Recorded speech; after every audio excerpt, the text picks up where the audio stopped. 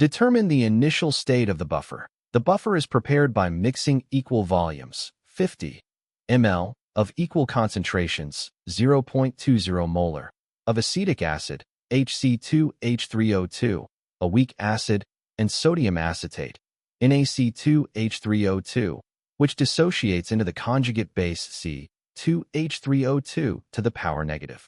Initial moles of weak acid. N acid equals 0.050 liters times 0.20 molar equals 0.010 moles. Initial moles of conjugate base. N base equals 0.050 liters times 0.20 molar equals 0.010 moles since the concentrations of the weak acid and conjugate base are initially equal. The starting pH of this buffer is exactly equal to its pKa, which is 4.7. Analyze the addition of the strong base. A 5.0 milliliter sample of 0.10 molar in AOH is added. The strong base dissociates completely to yield hydroxide ions.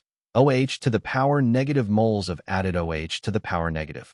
NOH to the power negative equals 0.0050 liters times 0.10 molar equals 0.00050 moles. Determine the neutralization reaction. Hydroxide ions are a strong base and will react completely with the weak acid in the buffer to form its conjugate base and water.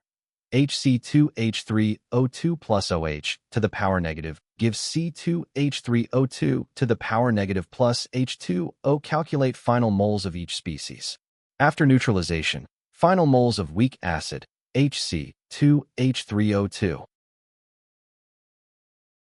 0.010 moles, 0.00050 moles equals 0.0095 moles. Final moles of conjugate base. C2H3O2 to the power negative 0.010 moles plus 0.00050 moles equals 0.0105 moles. Because both species are in the same total volume, the species with more moles has the higher concentration.